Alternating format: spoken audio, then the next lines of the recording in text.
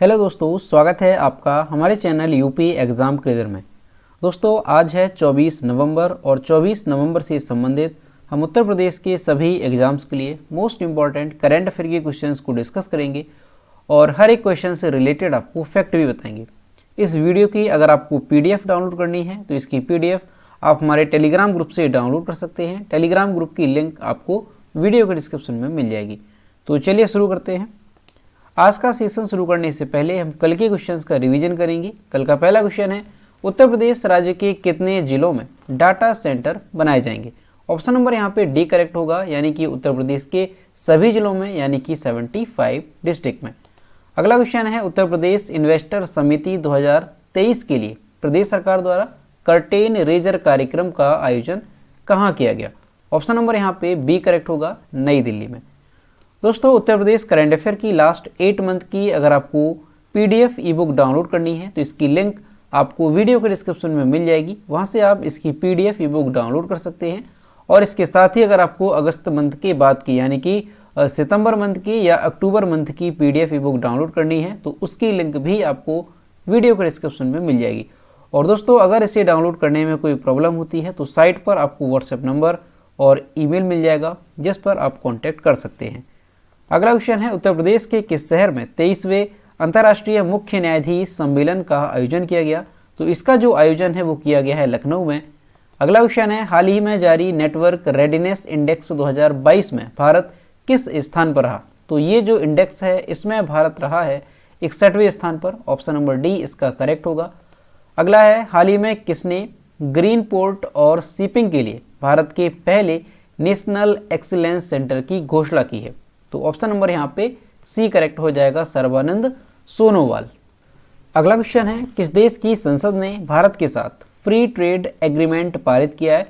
तो ऑस्ट्रेलिया ने जो है भारत के साथ अभी फ्री ट्रेड एग्रीमेंट पारित किया है। अगला क्वेश्चन है, हाल ही में किसे वर्ष 2022 का प्रतिष्ठित जेसीबी साहित्य पुरस्कार प्रदान किया गया।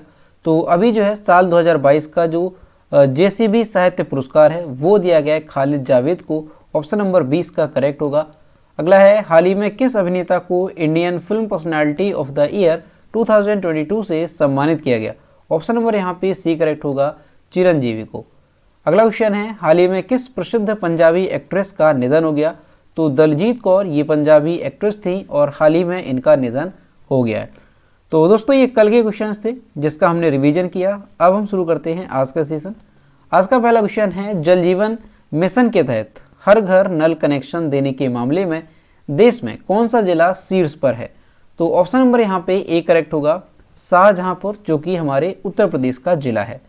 दोस्तों जल जीवन मिशन में जो उत्तर प्रदेश है ये देश में नंबर 1 पर है, इस बात को यहाँ से नोट करेंगे। दोस्तों अगर हम जिलों की बात करते हैं तो उत्तर प्रदेश का जो शाहजहांपुर जिला है अभी जो है ये 6,89,990 अंक पा करके, यानी कि एक अभी जो है क्या किया गया, एक रैंकिंग जारी की गई है और उसमें ये जो शाहजहांपुर डिस्ट्रिक्ट है ये देश भर में शीर्ष पर रहा है। दोस्तों 2 श्रेणियों में ये जो जिला है वो शीर्ष पे रहा है। कौन कौन सी है तो अभी देखेंगे। तो यहाँ से आप याद रखेंगे कि इसे जो है 6,89,990 अंक मिले और इसके तहत ये जो है ग्रामीण क्षेत्रों में एक माह में सबसे ज़्यादा नल कनेक्शन देने के मामले में देश में नंबर 1 हो गया है। यहाँ पर एक महीने में 28,419 नल के कनेक्शन किए गए हैं। तो इस बात को याद रखेंगे। अगर आपसे पूछा जाता है कि देश भर में, पूरे देश भर में कौन सा जिला है जो कि एक माह में सबसे ज़्यादा नल के कनेक्शन देने के मामले में शीर्ष पर रहा, तो याद रखेंगे उत्तर प्रदेश का है शाहजहांपुर। दोस्तों इसी में अगर हम बात करते हैं कि एक महीने में ही दूसरा जिला कौन सा है तो दूसरे नंबर पर रहा है बुलंदशहर। ठीक है, यहाँ पर जो है इसको जो अंक मिले हैं, कितने मिले हैं तो 6,57,180 अंक से मिले और इसके साथ ही दूसरे स्थान पर रहा। वहीं जो बरेली है ये तीसरे स्थान पर रहा है, 6,19,114 अंक इसको जो है प्राप्त हुए हैं। ठीक, तो याद रखेंगे यहाँ से पहले स्थान पर देश में शाहजहांपुर, दूसरे स्थान पर है बुलंदशहर और तीसरे स्थान पर है बरेली। शुद्ध पेयजल के साथ साथ सबसे अधिक महिलाओं को पानी जांच का प्रशिक्षण की श्रेणी में शाहजहांपुर अव्वल है। यानी दोस्तों कि जो महिलाओं को जो है पानी की जांच के लिए प्रशिक्षण देने के मामले में भी जो यूपी का शाहजहांपुर है ये शीर्ष पर है, इस बात को भी याद रखेंगे। और इसने अक्टूबर में 933 महिलाओं को प्रशिक्षण दिया था पानी की जांच के लिए, ठीक, इस बात को याद रखेंगे। और ये जो नल के कनेक्शन किए गए ये जो आंकड़े हैं वो भी किस मंथ के हैं, तो याद रखेंगे अक्टूबर मंथ के हैं।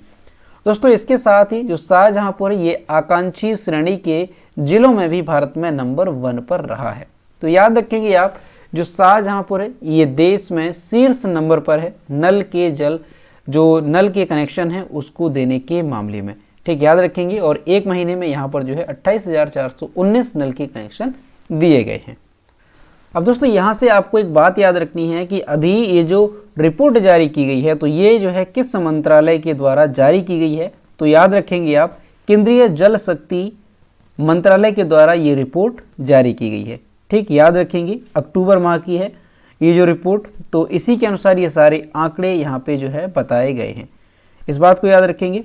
दोस्तों इसी के साथ आपको कुछ क्वेश्चंस और याद रखने हैं। जैसे अगर आपसे पूछा जाता है कि देश में हर घर जल वाला पहला जिला कौन सा है, तो याद रखेंगे मध्य प्रदेश का बुरहानपुर ये जो है हर घर जल वाला जिला है देश का पहला, ठीक। अगर आपसे पूछा जाता है कि हर घर जल वाला देश का पहला राज्य कौन सा है, तब आप याद रखेंगे गोवा को। तो यहाँ पे दोनों क्वेश्चन याद रखेंगे, हर घर जल वाला जिला कौन सा है देश का पहला, तो मध्य प्रदेश का बुरहानपुर, यानी कि ये जो जिला है यहाँ पर 100% घरों में जो पानी है वो पहुँचा है, ठीक। वहीं जो गोवा है तो वहाँ पर जो है 100% घरों में क्या पहुँचा है, पानी पहुँचा है। तो इस तरह से जो गोवा है ये हर घर जल वाला पहला राज्य बना और जो बुरहानपुर है ये पहला जिला बना है। तो इसे याद रखेंगे। अभी अगर ये पूछा जाता है कि अभी जो है नल के कनेक्शन के मामले में देश में नंबर 1 पर कौन सा जिला जो है, तो वो है शाहजहांपुर।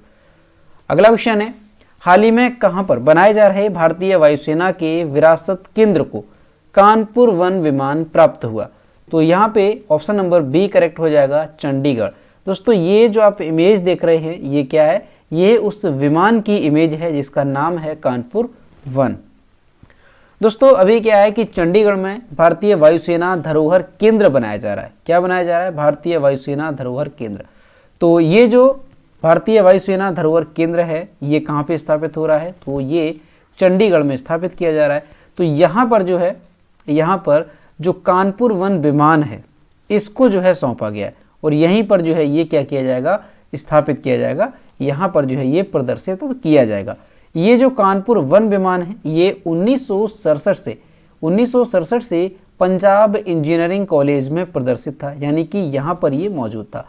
तो अब इसे जो है कहाँ पे स्थापित किया जाएगा, तो चंडीगढ़ में।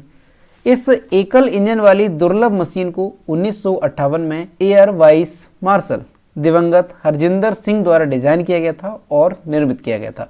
ये जो कानपुर वन विमान है इसको किसके द्वारा डिजाइन किया गया था, तो 1958 में एयर वाइस मार्शल जो दिवंगत हैं हरजिंदर सिंह द्वारा इनको जो है इस विमान को डिजाइन किया गया था और निर्मित किया गया था। कानपुर वन को अन्य विमानों के साथ यहाँ सेक्टर 18 स्थित भारतीय वायुसेना धरोहर केंद्र में प्रदर्शित किया जाएगा। तो जो चंडीगढ़ में बनाया जा रहा है भारतीय वायुसेना धरोहर केंद्र, वहां पर जो है इस विमान को प्रदर्शित किया जाएगा। तो इस बात को आप याद रखेंगे, कौन सा विमान है, तो कानपुर वन ये विमान है। दोस्तों अब अगर हम बात करें कि कानपुर वन जो विमान है इसे कानपुर वन नाम क्यों दिया गया, तो इसलिए क्योंकि ये जो है विमान ये कानपुर में BRD द्वारा बनाया गया था। ठीक, इस बात को याद रखेंगे, डिजाइन किया गया था दिवंगत हरजिंदर सिंह द्वारा और ये जो विमान है ये कानपुर में BRD द्वारा बनाया गया था। तो याद रखेंगे आप, काफ़ी इंपॉर्टेंट रहेगा कि ये कहाँ पे स्थापित किया जाएगा। तो ये जो है चंडीगढ़ में स्थापित किया जाएगा। अगला क्वेश्चन है, हाल ही में किसने ग्रेटर नोएडा में आयोजित यूनेस्को इंडिया अफ्रीका हैकाथॉन 2022 का शुभारंभ किया, तो CM योगी आदित्यनाथ ने जो है इसका शुभारंभ किया है। ऑप्शन नंबर सी इसका करेक्ट होगा। दोस्तों उत्तर प्रदेश के जो मुख्यमंत्री हैं CM योगी आदित्यनाथ, उन्होंने जो है अभी गौतम बुद्ध नगर में यूनेस्को इंडिया अफ्रीका हैकाथॉन का शुभारंभ किया है। ये जो कार्यक्रम है इसमें 22 देशों के 400 से अधिक छात्र छात्राएं और प्रतिनिधि हैकाथॉन में भाग लेने के लिए यहाँ आए हुए हैं। सभी छात्र छात्राएं भारत के छात्र छात्राओं के साथ मिलकर के अलग अलग टीमों के माध्यम से विभिन्न प्रॉब्लम्स स्टेटमेंट्स पर समाधान बनाने का प्रयास करेंगे।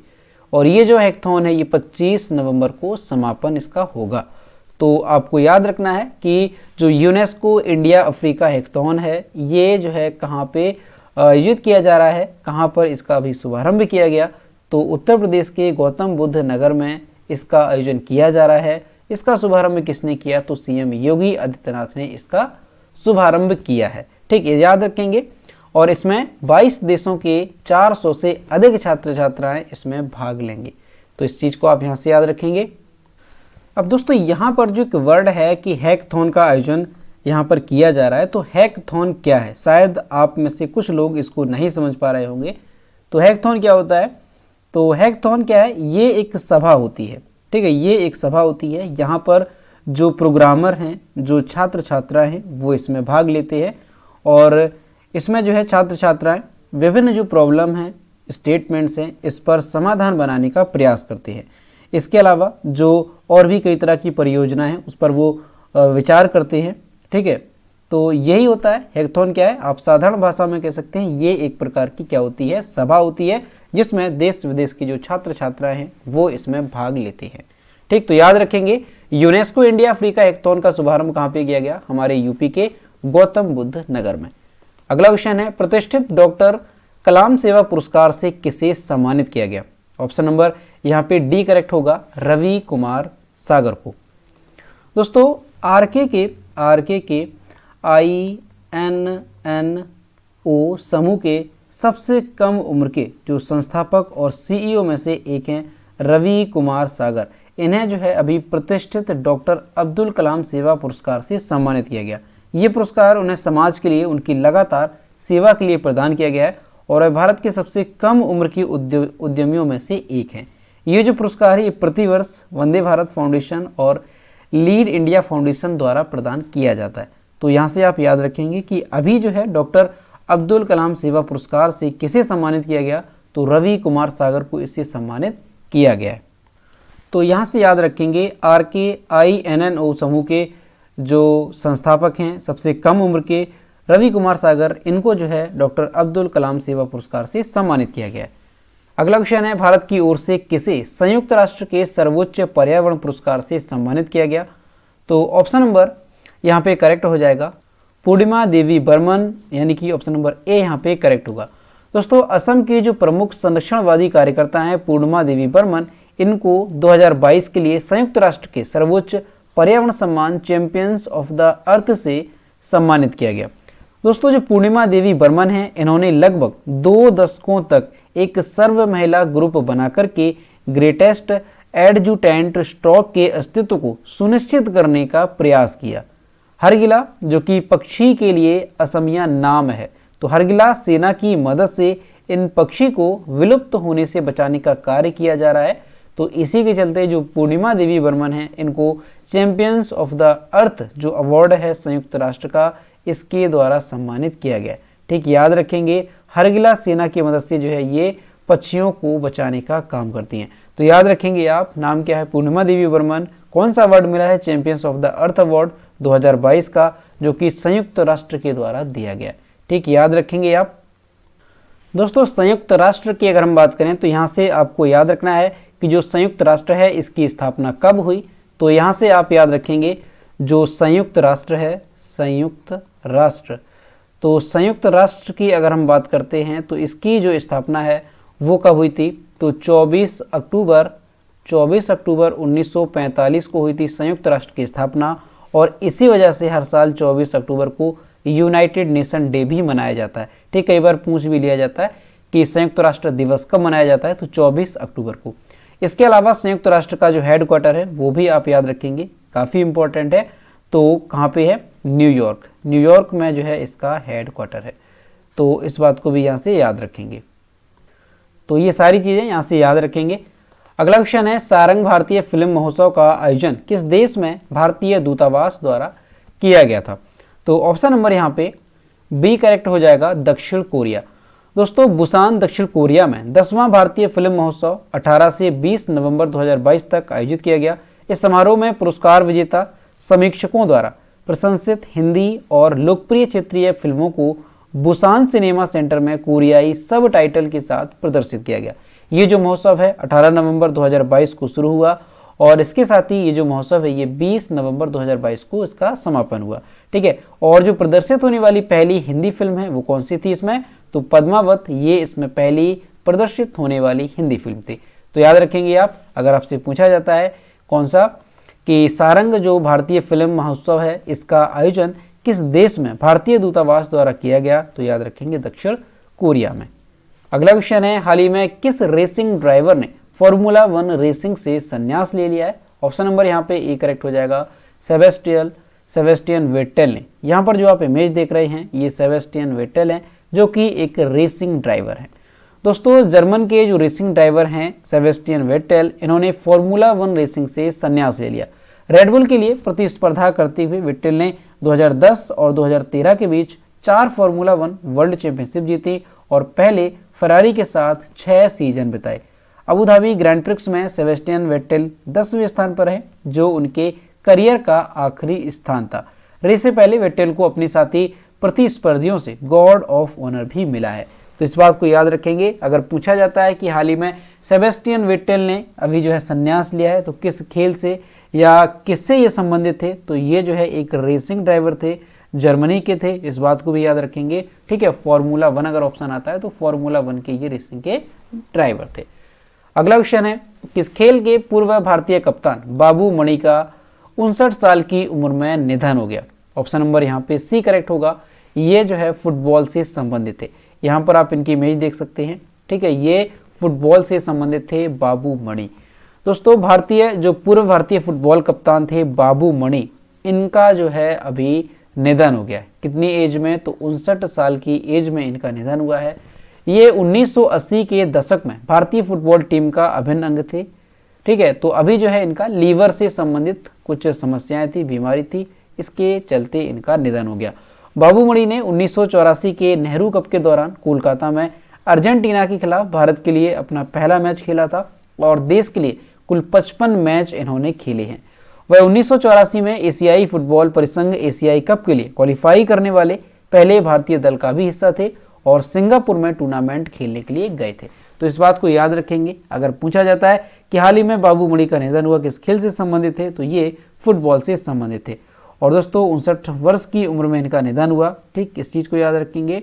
और इसके साथ ही इन्होंने जो अपना पहला मैच है वो कब खेला था, तो इस बात को भी याद रखेंगे। 1984 में नेहरू कप के दौरान इन्होंने कोलकाता में अर्जेंटीना के खिलाफ भारत के लिए अपना पहला मैच खेला था। अगला क्वेश्चन है, हाल ही में किस नृत्य से संबंधित उमा शर्मा को सुमित्रा चरत राम पुरस्कार से सम्मानित किया गया। ऑप्शन नंबर यहाँ पे ए करेक्ट होगा, कथक से। दोस्तों जो प्रख्यात कथक नृत्यांगना हैं उमा शर्मा, इनको जो है अभी भारतीय शास्त्रीय संगीत व नृत्य के क्षेत्र में उल्लेखनीय योगदान देने के लिए प्रतिष्ठित सुमित्रा चरत राम पुरस्कार से सम्मानित किया गया। श्री राम भारतीय कला केंद्र द्वारा कमानी सभागार में आयोजित एक समारोह में जम्मू कश्मीर के पूर्व राज्यपाल कर्ण सिंह और सरोद वादक उस्ताद अमजद अली खान ने उन्हें पुरस्कार प्रदान किया है। तो यहाँ से याद रखेंगे उमा शर्मा ये कौन है, तो ये एक नृत्यांगना है और ये किस नृत्य से संबंधित हैं, तो याद रखेंगे आप ये कथक से संबंधित हैं और अभी जो है इनको सुमित्रा चरत राम पुरस्कार से सम्मानित किया गया। और दोस्तों यहाँ से क्वेश्चन और याद रखेंगे, जो कथक शास्त्रीय नृत्य है ये किस राज्य का शास्त्रीय नृत्य है, तो आपको याद रखना है उत्तर प्रदेश का है शास्त्रीय नृत्य क्या, कथक। ठीक, कई बार पूछा जाता है, कथक उत्तर प्रदेश का शास्त्रीय नृत्य है। ठीक, कथक। और अगर आपसे कह दिया जाए कथकली, तो आपको याद रखना है ये कहाँ का है, तो ये जो है शास्त्रीय नृत्य है केरल का। तो ये दोनों यहाँ से याद रखने हैं, कथकली केरल का शास्त्रीय नृत्य है और कथक उत्तर प्रदेश का शास्त्रीय नृत्य है। अगला है, भारत को उर्वरक का शीर्ष आपूर्तिकर्ता कौन सा देश बन गया है। ऑप्शन नंबर यहाँ पे बी करेक्ट होगा, रसिया। रूस 2022-23 वित्तीय वर्ष की पहली छमाही में चीन की जगह भारत के लिए उर्वरकों के सबसे बड़े आपूर्तिकर्ता के रूप में उभरा है। समाचार एजेंसी रॉयटर्स की एक रिपोर्ट के अनुसार रूस यूक्रेन युद्ध के दौरान वैश्विक उर्वरक कीमतों में उछाल और पश्चिमी देशों द्वारा रूसी उर्वरक खरीदने से इनकार करने के बाद, यानी रूस और यूक्रेन का जब युद्ध हुआ तो इसके बाद क्या हुआ कि जो उर्वरक है उसकी कीमत में उछाल आई और जो पश्चिमी देश हैं उन्होंने रूस से उर्वरक खरीदने से इनकार कर दिया। इसके बाद रूसियों ने भारत को भारी छूट के साथ उर्वरक की पेशकश की, जिसके कारण भारत है हमारा देश, उसने रूस से उर्वरकों की जो खरीद है वो बढ़ा दी थी। भारत जो यूरिया का एक प्रमुख आयातक है, 2024 तक आत्मनिर्भर बनने का लक्ष्य रखा है और भारत ने अपने घरेलू उत्पादन को बढ़ाने की भी कोशिश की है। तो यहाँ से आप याद रखेंगे कि अगर पूछा जाता है कि उर्वरकों के सबसे बड़े आपूर्तिकर्ता के रूप में जो है भारत के लिए कौन सा देश उभरा है, तो वो है रसिया। यानी कि साल 2022-23 में जो भारत है ये सबसे ज़्यादा जो उर्वरक का आयात किया है वो किस देश से किया है, तो वो किया है रूस से। दोस्तों रूस से याद रखेंगे, रूस की करेंसी क्या है, तो रशियन रूबल। रूस की कैपिटल क्या है, तो मॉस्को। और रूस के प्रेसिडेंट कौन है, तो व्लादिमीर पुतिन, ये जो है रसिया के प्रेसिडेंट है। तो दोस्तों ये थे 24 नवंबर से संबंधित उत्तर प्रदेश के सभी एग्जाम्स के लिए मोस्ट इंपॉर्टेंट करंट अफेयर के क्वेश्चन जो कि हमने डिस्कस किए। अब हम देखते हैं कल की वीडियो को, क्वेश्चन जो हमने आपसे पूछा था। और दोस्तों अगर आपको वीडियो पसंद आता है तो वीडियो को आप लोग लाइक किया करो और अपने दोस्तों के साथ इसको शेयर भी जरूर किया करो। यह है कल का क्वेश्चन जो हमने आपसे पूछा था कि विश्व टेलीविजन दिवस प्रतिवर्ष कब मनाया जाता है, तो ऑप्शन नंबर इसका डी करेक्ट था, 21 नवंबर। और लगभग सभी स्टूडेंट्स ने इसके सही जवाब किए। और मैं आपसे हर रोज कहता हूँ कि जो भी क्वेश्चन आपसे पूछा जाए तो सभी लोग क्वेश्चन का आंसर जरूर किया करो। यह है आज का क्वेश्चन, हिमाचल प्रदेश के राज्यपाल राजेंद्र विश्वनाथ अर्लेकर ने किसको गांधी मंडेला पुरस्कार से सम्मानित किया है, तो इसका जो भी करेक्ट आंसर है वो आप सभी को कमेंट बॉक्स में बताना है। तो कोशिश करेंगे सभी लोग क्वेश्चन का आंसर करें और अगर वीडियो पसंद आता है तो इसे लाइक करें, अपने दोस्तों के साथ शेयर करें। मिलते हैं नेक्स्ट वीडियो में। Thank you.